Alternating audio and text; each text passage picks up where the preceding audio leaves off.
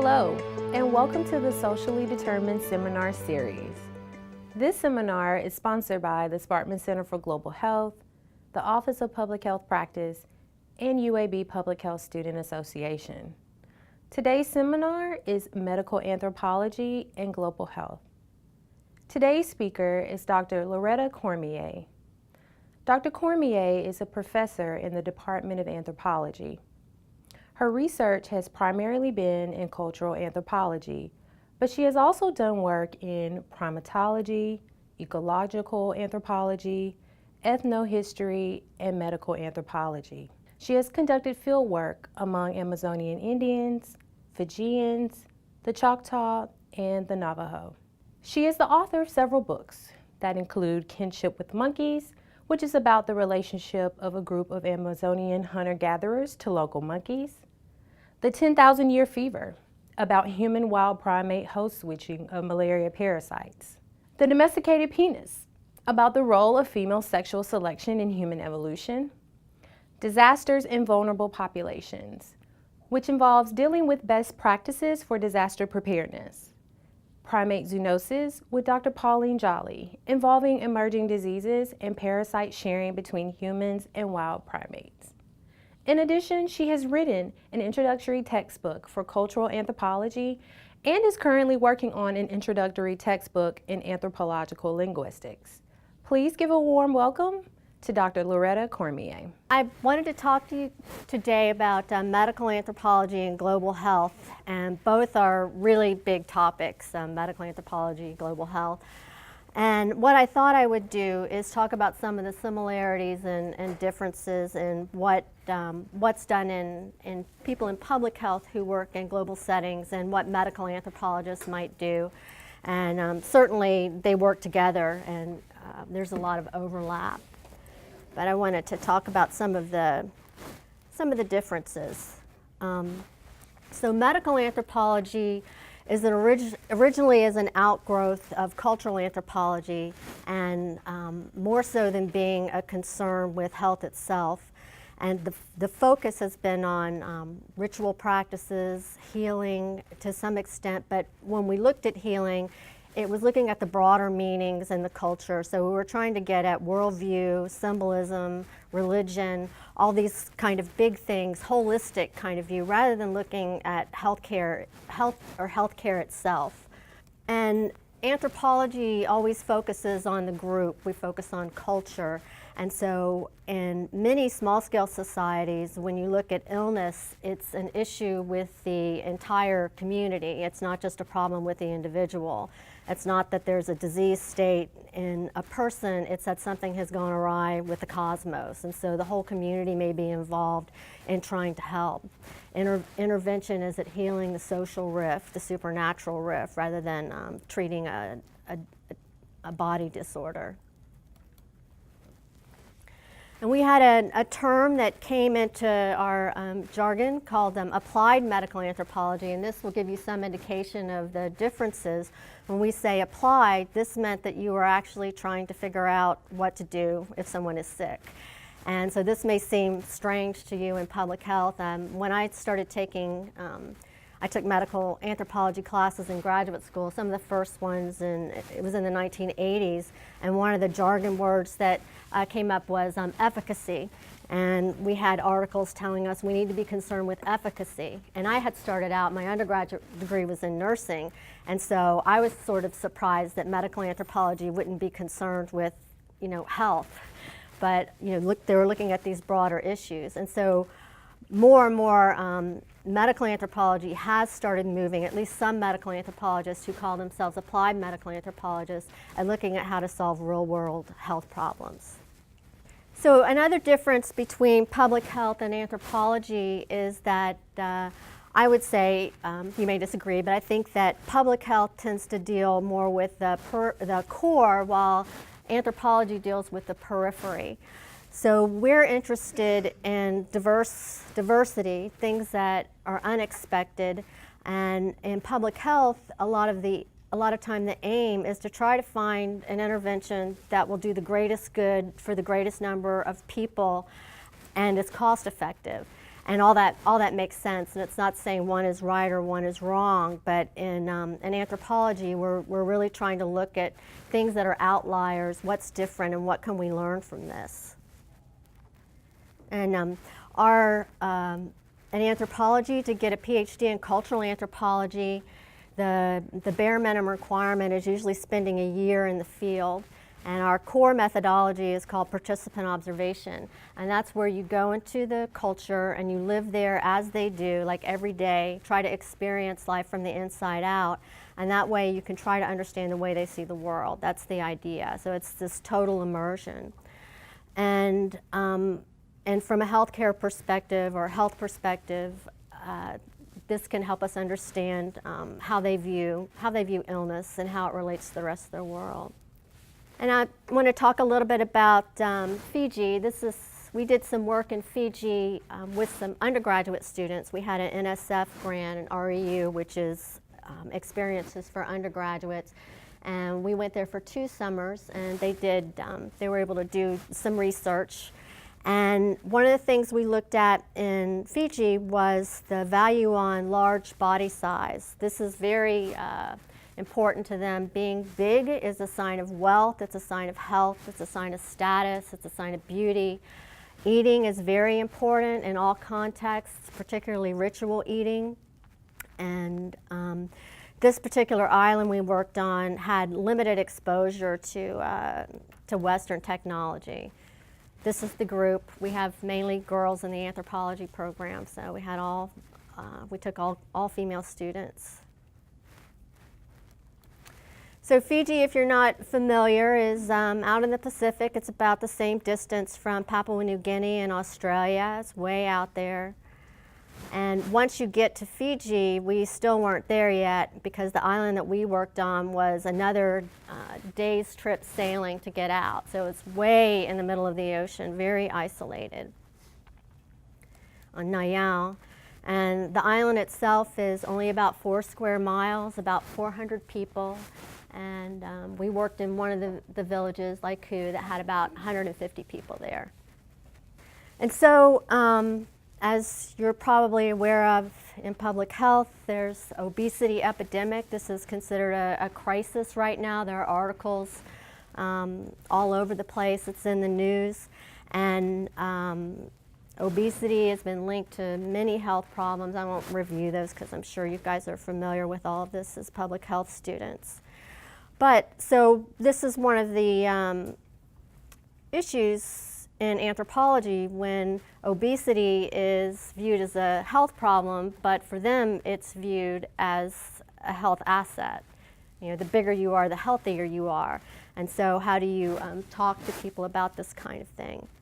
And one of the consequences of obesity is metabolic syndrome associated with diabetes, high blood pressure, high triglycerides, the wrong kind of high levels of the wrong kind of cholesterol, and a number of diseases associated with that. So one interesting thing we found, we had the students do BMIs, so they did the body mass indexes, and we were able to get records of who had type 2 diabetes and who had high blood pressure from the nurse. And what we found is that they had some aspects of metabolic syndrome, but they didn't have the hypertension. And this is some comparison from US samples. They had more people who were obese than US population, less that were overweight, but overall they had more obesity than overweight when you look at both of them together. But overall they had similar levels of overweight and obesity. And then one of the problems with this kind of work when we want to try to think about its meaning in terms of science, so we didn't do a sample, we did everyone in the village, like 100% of the adults, but that still was less than 100 people, so you can't really generalize.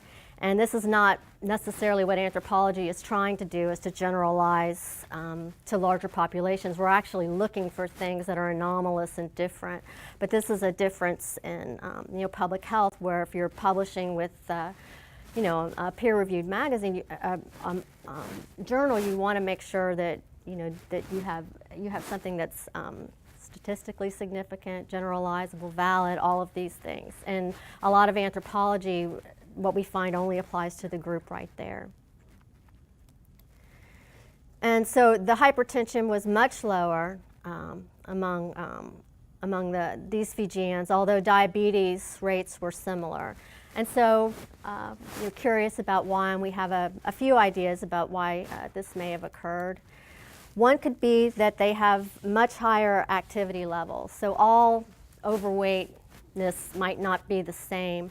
They're about 3 times as active as your average American. They're constantly moving around. They're in the water, fishing. They're walking up and down the mountain to visit friends. They're walking back and forth, to their gardens.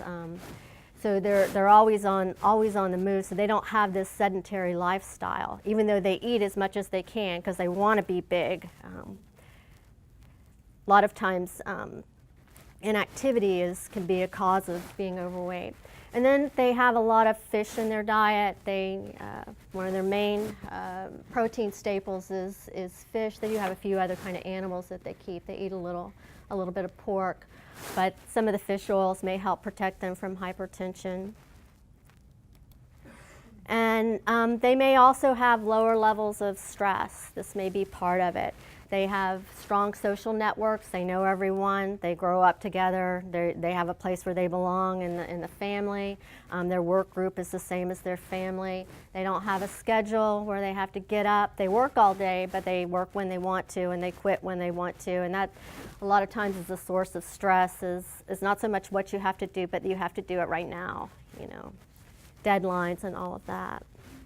And then I wanted to talk a little bit about the island nurse. They have a nurse that's stationed on the island, and she's Fijian, but she came from the main island and was educated, as a nurse. And they were very hesitant to rely on her.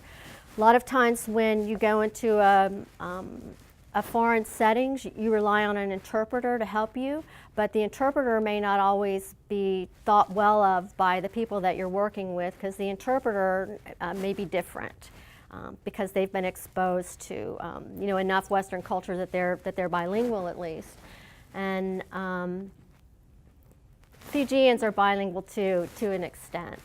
So I had one day, Rusila, the woman in this picture, brought a man over to me and asked me to patch up his arm, and he had a nasty cut, and it really needed stitches. And I said, you need to take him to the nurse so she can stitch him up. And she said, he won't go. And I said, well, why won't he go to the nurse? He won't go. You help him. And so, I stitched him up, and I, asked around. Nobody wanted to go to the nurse. And why won't you go to the nurse? Like, we don't like her. That was the answer that I got. And like, well, why don't you like her? We don't trust her. And, I couldn't figure out why. Finally, they told me it's because she doesn't have an afro. And so this was a big deal to them because in Fijian society, women, girls wear their hair long. When you're a woman, you cut your hair and you put it in this kind of an afro. And they had also seen her wear pants once, which you're not supposed to do. That you wear these dresses, or you wear what they call a sulu, which is like a sarong, a wrap. We always wore sulus, the girls there, because you would never, women. You would never go outside without that on. It's very disrespectful. So it wasn't so much that they didn't trust her as they felt like she was showing contempt for them, throwing in their faces that they were not, modern because she was not cutting her hair the way she should and not wearing her, and she did wear her skirt, but they had just seen her in pants one day, and that was enough, that they didn't trust her and they wouldn't go to her. And she didn't understand why they had such a strong dislike for her. But so it's always tough working with interpreters. One of the reasons why anthropology is about go there, learn the language, figure it out yourself, stay there a long time, because there can be problems even when you have interpreters. So another thing our undergraduates did was they replicated Annie Becker's work that she had done in another place in Fiji looking at body image. And so we presented them with these silhouettes and we asked them in Fijian these questions. Which one are you? One of these. Who's the happiest? These are the happiest. Who's unhappy? These are unhappy. Who has a happy home? These do. Who's the most beautiful? These. Who's most loved? This one. And so we didn't know why would they think this one was the most loved, but we got that answer over and over again. Yes, that's the one who is most loved. And it wound up, the problem was that we had used the Fijian word for love, which is loloma, but like many words in our language, it has multiple meanings and it means different things in different contexts, and we didn't realize what it meant to them.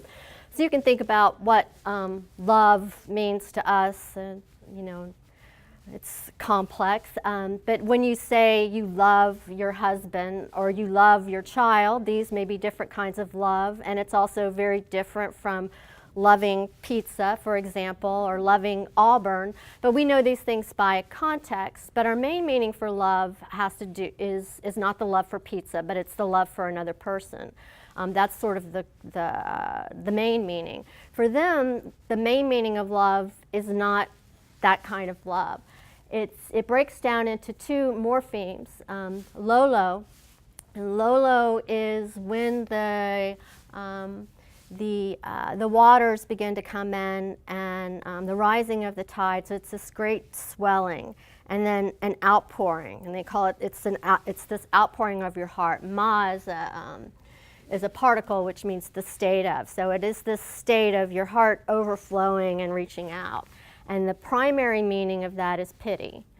So it's this when your heart goes out to someone is what it means. It'd be the closest thing that we have. Your heart is going out. And if you say your heart goes out to someone, that usually doesn't mean that you're in love with them, right? In the same way. That the main meaning is that you feel bad for them. And that's what they mean. So we had the wrong word, and even though we said it in English and we said it in Fijian, and loloma means love in Fijian, it didn't. In the way that we phrased it in that context, we had gotten it wrong. And so this is a big issue with language and cultural miscommunication and literacy.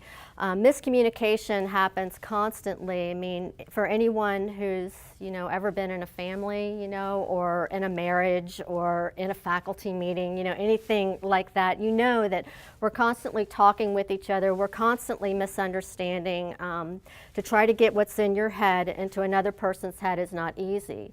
And this is multiplied many times when you're trying to get into the head of someone who may have a completely different worldview than you do. And languages just don't translate that well.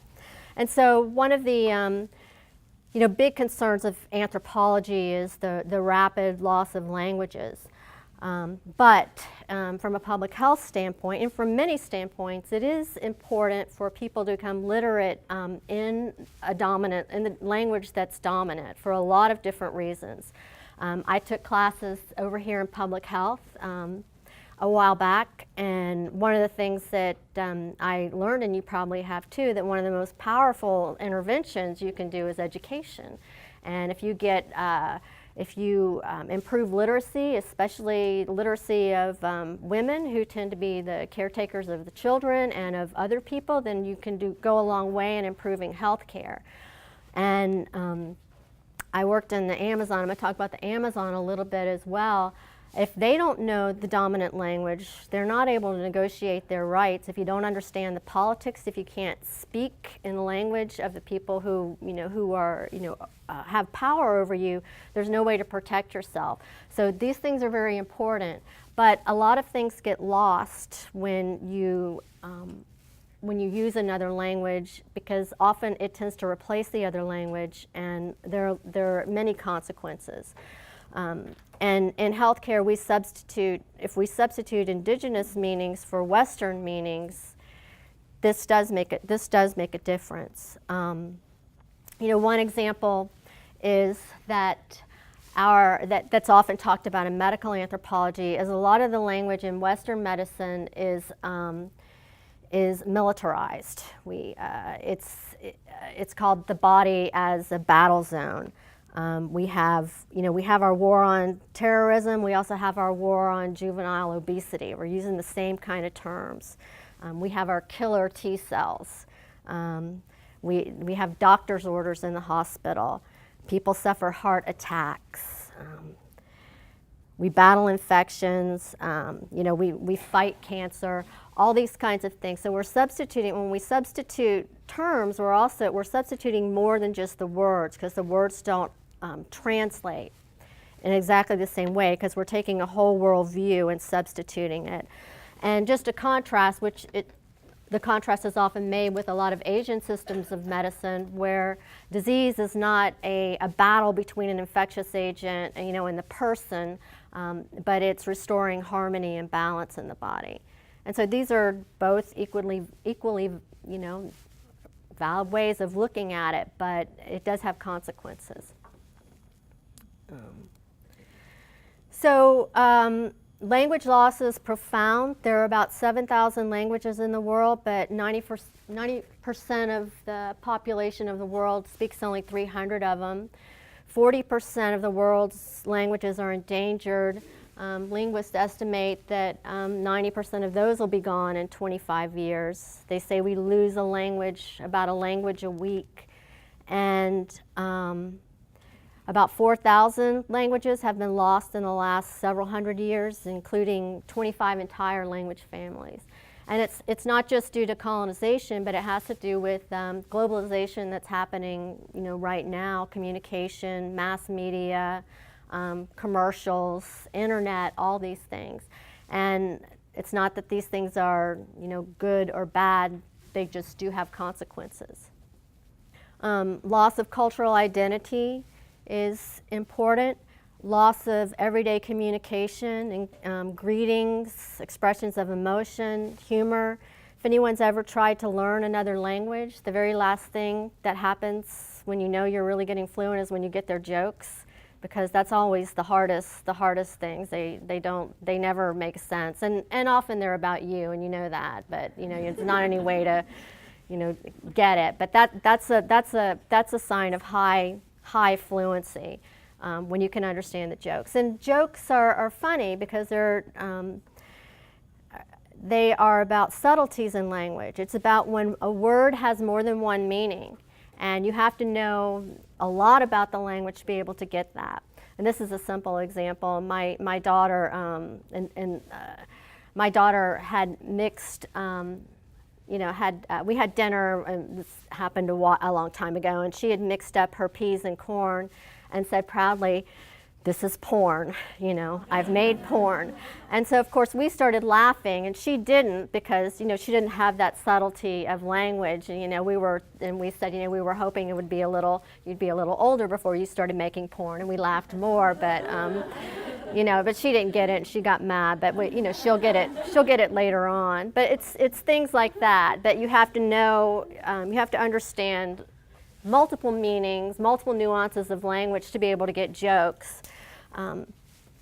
Spiritual communication, rituals, prayer, these are combined. These are imbued with all kinds of meanings that may not be able to be translated. Art and symbolism, storytelling, myths, folklore, poetry in particular, right? This is similar to jokes. The whole point of poetry is to pack as much as you can into as few words as possible that have all kinds of different meanings, and that just doesn't translate well. It's even hard to translate poetry from English to French or Spanish, or languages that are fairly similar. But when you're trying to translate poetry from languages that are quite distant, they probably don't even make sense anymore.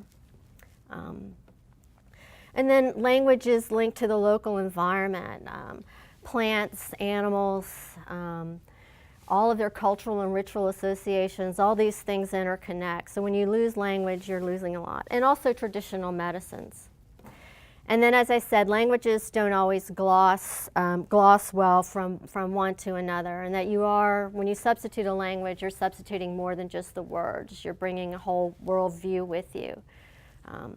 We can take, in health, we have this metaphor of heart. So, we think of our heart as being sort of the seat of the soul. We feel things in our heart, but not everybody feels things in their heart. Some people, the seat of the soul is in the abdomen, and this is where the soul resides. I mean, you do feel things if you think about it, if you get upset, you feel it all over, but we tend to, express things as, heartfelt. And there's that, like this, let me see if I can remember Patti Loveless song, blame it on your lying, cheating, cold, dead, beaten, mean, mistreating, loving heart. So we have achy, breaky heart. We have all of our country songs are all about our heart aching and our heart breaking. But these things don't necessarily, this is just a metaphor. It's how we talk about things. So, okay, and then I wanted to talk a little bit about the Gaja that I worked with. They're hunter-gatherers in the Amazon. They're right about here. In eastern Amazonia. And ethnomedicine is the healthcare thoughts, beliefs, systems, practices of different ethnic groups. And their conception of illness is all about ghosts. If you don't understand about the ghosts, you don't understand anything that's happening with them. And this is from a different culture. The Arapesh were asked to describe the worst smell imaginable, and it was the breath of a ghost. So for the Gaja, all illness lies in the desperation of these lonely ghosts that are called the Aya, who, when you die, your spirit bifurcates. One part of your spirit goes to the sky home, and the other part becomes this earthbound cannibal that goes around trying to make contact again with the living. And when they do, this causes illness. So every time they're sick, it's because of a ghost. And they're said to eat their souls. And the way that they respond to this, the best way to deal with ghosts is to not think about people who have died. So they have a lot of mechanisms in place to erase memory, because if you think of a ghost, you can conjure it. And so they, when someone dies, they stop talking about them, they stop speaking their name, they'll destroy their possessions, they'll alter their living arrangements, anything you can do to not think about the ghost. And so this was a problem for me in cultural anthropology. One of the most important things that we do, first off, is you need to understand their kinship system, the way that people relate to each other. How does it work, and how does everyone, network in this way? That's one of the things they drill into you. Got to get that down first. And so I would ask someone, well, what is your mother's name? And the typical answer would be, Aho UAB, which means, she went to the sky home.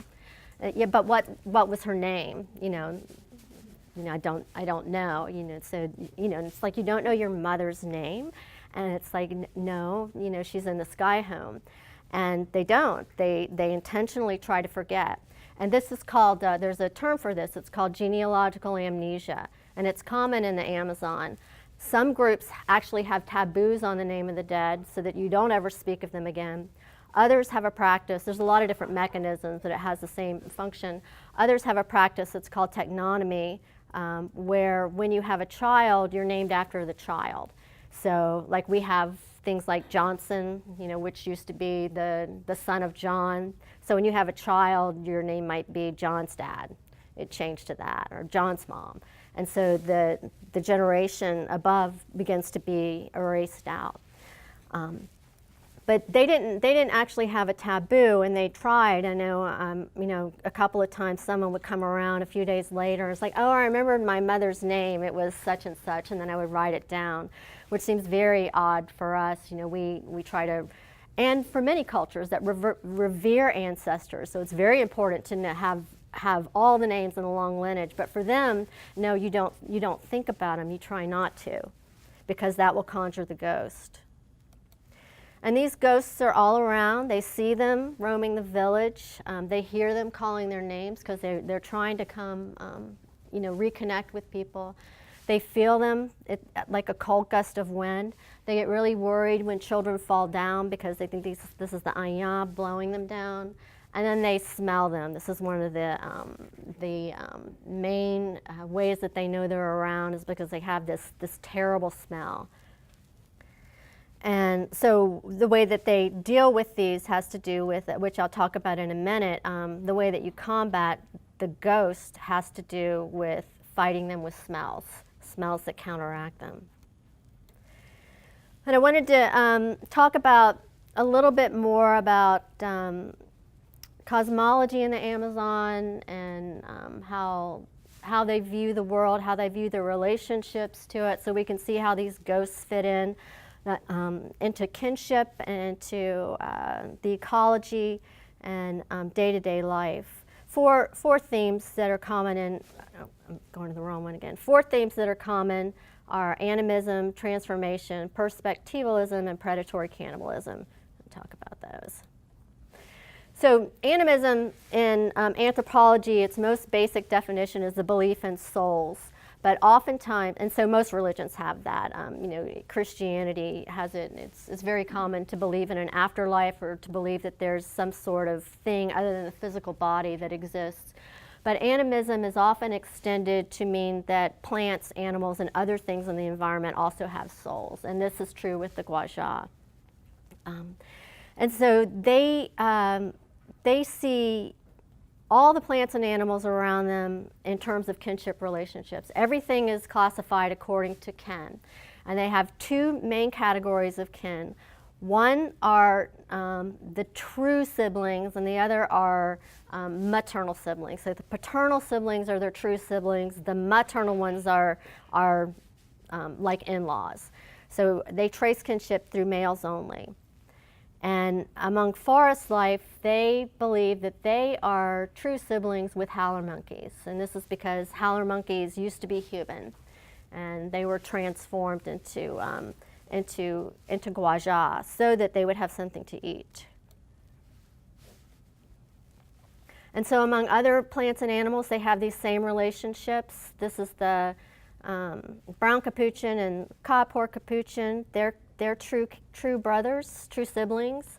Palms, even the plants have this. The Inaya palm and the Babasu are true siblings. And then another way that kinship is elaborated and complicated, I guess you could say, from our perspective, is they have this idea of plural paternity. And this is common in the Amazon. And it's the belief that babies are made from the buildup of semen.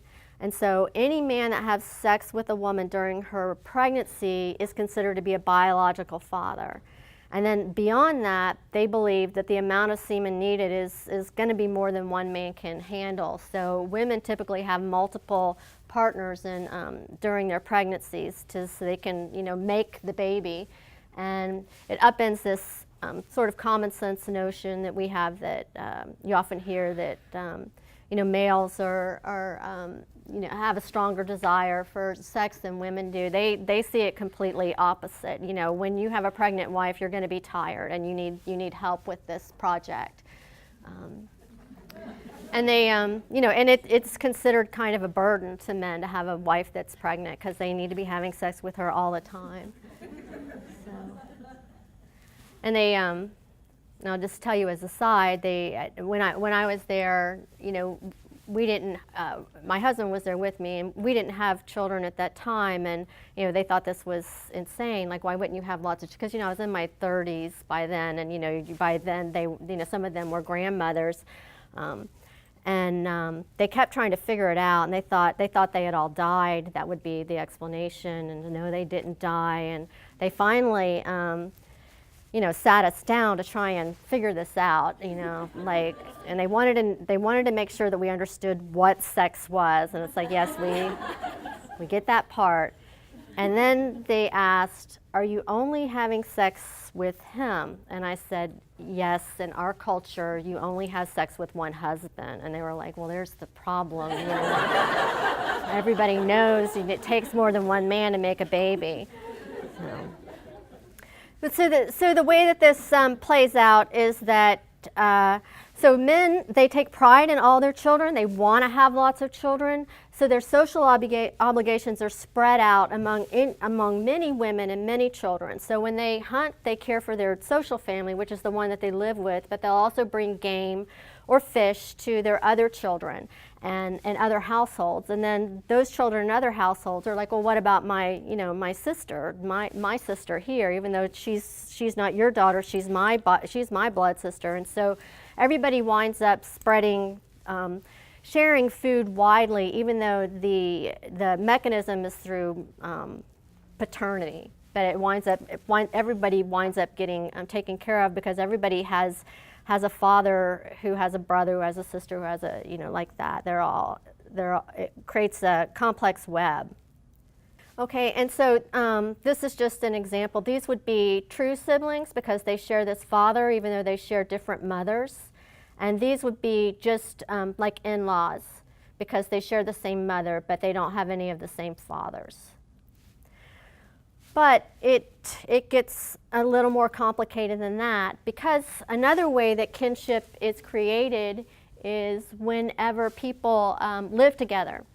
So they believe that when you breathe the same air, eat the same food, sweat, that you start becoming related to people, this sort of sharing of substance. And children who are breastfed, by the same mother, then they share this substance in common. So siblings that don't share a father but share a mother through breast milk are considered to begin to be related, not in the same way as blood relatives, but they're a little bit kin. And so this applies to pets as well. So they hunt monkeys. It's their main source of game. And when the monkeys that if they kill a monkey that has a baby, they take the pet back and raise it. And so this is different for us because we never eat the same species that are our pets. We separate these out pretty clearly.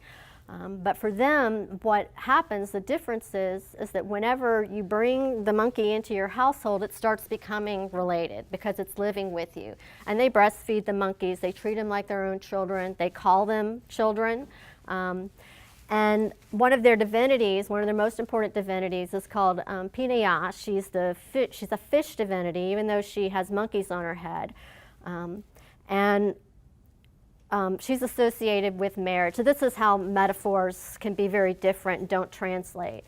So this is a sign of beauty in a way to carry these multiple monkeys on your head because this is what the divinity Pitaya does in the sky home. And so the women try to look like Pitaya with monkeys on their head because these are like extra babies. So it shows you're very much a mother. You have multiple children. And the Pita means fish, and she's the fish divinity because they get married in the dry season. In the dry season, the waters begin to recede. The big fish head out towards big open water, and they gather lots of fish. So they have a fission fusion society. In the wet season, they go off and hunt and gather in small groups. In the dry season, they all come together to fish, and that's when you get married, and that's why love and marriage go together like, fish and monkeys, so you see how it doesn't translate. What do we say, horse and carriage? Not really, it just rhymes, and probably there's only 3 people in here who even know that song, so it's old Frank Sinatra song. As you get older, you get culture shock in your own culture because you realize nobody knows what you're talking about anymore, or things that seem to just happen yesterday. Okay, so another way that they connect is through these spiritual siblings. These can be personal, these are a kind of personal totem. So every person is named for a plant, animal, landscape feature that they share a personal relationship with and they consider themselves to be kin with. And this woman, Midikechia, she is a spiritual sibling with the anaconda, Midike. It's her true sibling. And then I had mentioned that in the this transformation, predation, symbolic cannibalism are all tied in. So the howler monkeys used to be human, and so this is why they are the preferred food for the Gaja, because they're former human. That's the way they think about it. Things that are like you are the best things to eat. And they themselves are eaten by the Ayan. This is what causes illness. So the Ayan, illness is part of the whole cycle of eating, life and death. All of it ties in together.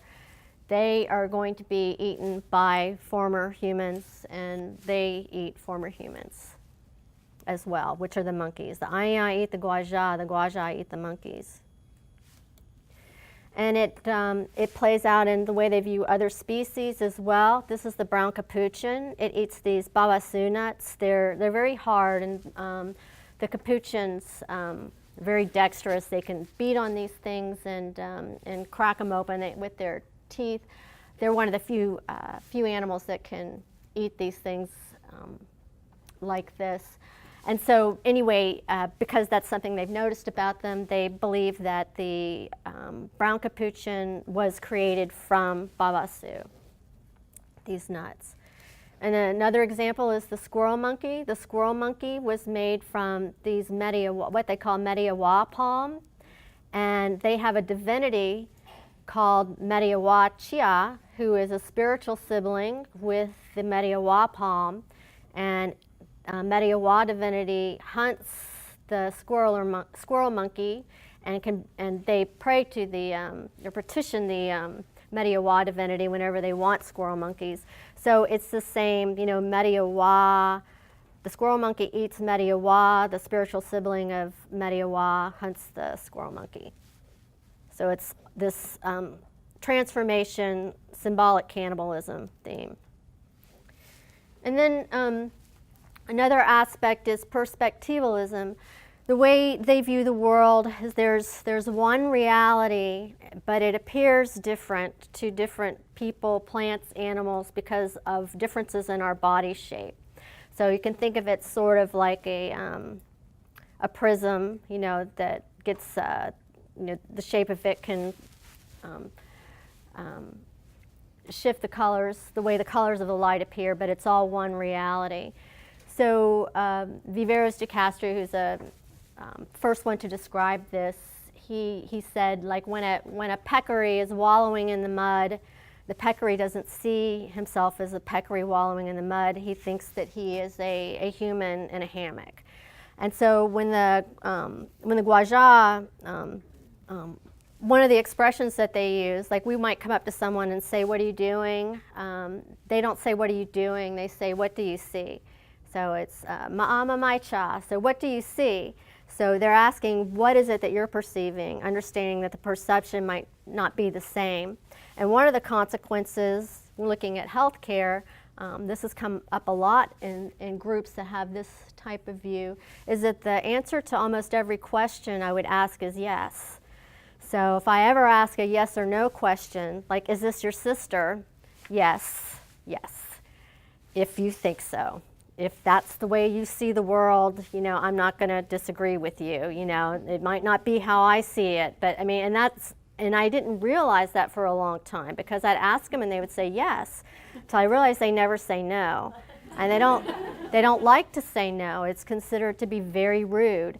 And so what I had to do is, well, first, that's the problem with yes or no questions. And, this is the difference in qualitative research, where you get, when you get yes or no, you may not get the nuance when you have to, give a polarized question of what it really means. But when I needed a yes or no answer, I had to ask them in such a way that they would have to say no. If they said yes, I didn't believe it. I didn't know if it was true. But if they said no to me, then I knew that they wouldn't say no unless it really was no. And they didn't like to, but they learned how to use the word no a lot in order to please me. They were trying to accommodate, but it was uncomfortable for them. And that's been a criticism over and over again when people have gone into cultures in the Amazon and have said, we asked them this and they said yes, and it's like, well, they didn't mean yes, they meant I'm not going to be rude and disagree with you. And then this extends this perspectivalism to what we call fractal personhood. We have our dualism of mind and body, but in a number of cultures, it's more than mind and body. Consciousness is in multiple places. Another place where this happens is in the sky home. The sky home is a place of the past. So they believe that for every moment in time that you continue to exist and lead an independent existence. It's sort of like Gribben's many world theories, multiple, like a Star Trek episode where they run into their alters in a different time zone. This is what they think not time zone, but alternate time, I don't know what you call it. But this is what they think happens, and this is how they explain dreams. When you dream about yourself, then that is you, but in another alternate time stream. And same thing when you see another person. So they say Yaha ai iwa, which means there are many of me in the sky home. And so they have all these multiple versions of themselves leading these independent existences that they may share consciousness with during dreams. And then they're also able to share consciousness with divinities during trance states. And in dreams as well, they may share consciousness in their shamanism. And so, so it's more than mind body. It's this fractal personhood where they have these relationships with these maternal-like siblings and all the forest animals. They have their quasi-children and their pets that become relatives. They have their spiritual siblings. They have the true forest siblings of their primary prey.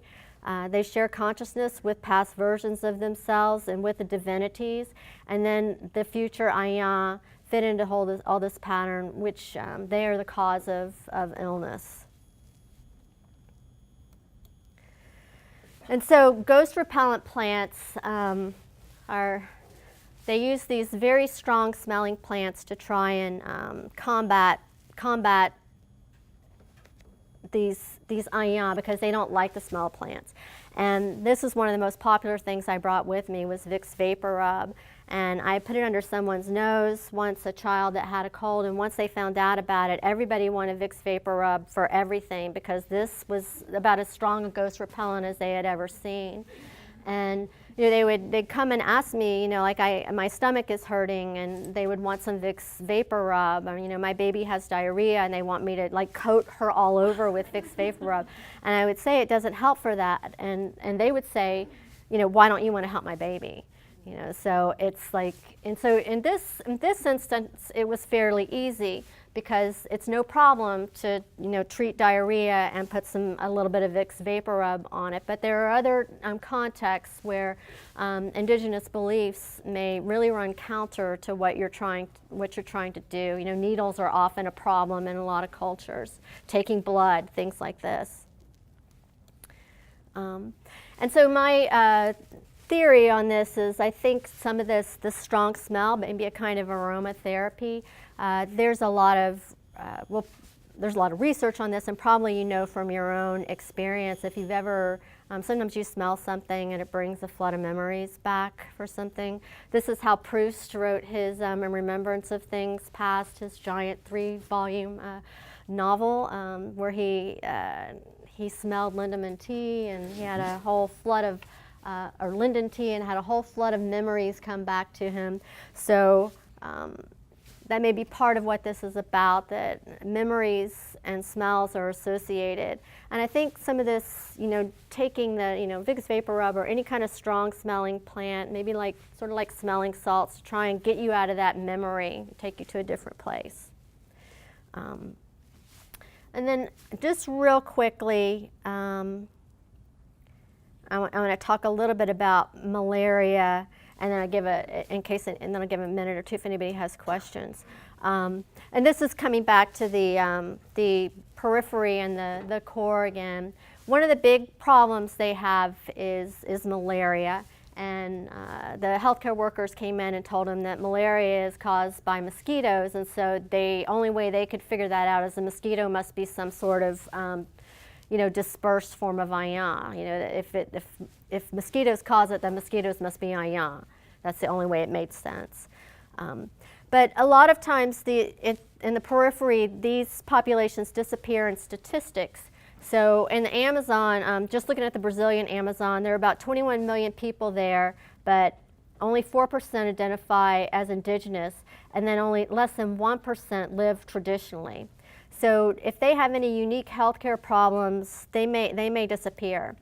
And one of the things that occurs with the Gaja and a number of groups is that they have close association with monkeys. They keep them as pets and they hunt them for food. And the parasites that cause malaria historically have had a number of host switches between humans and wild primates. And this malaria probably actually came, monkey malaria probably came from humans originally.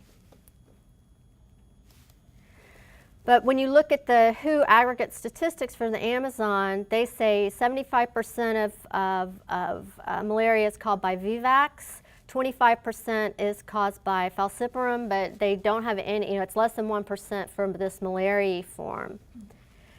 But when you look at some of the statistics of indigenous groups, this is in French Guiana, you have between 38 and 45% of adults that are positive for this form. 73% of the local monkeys have it.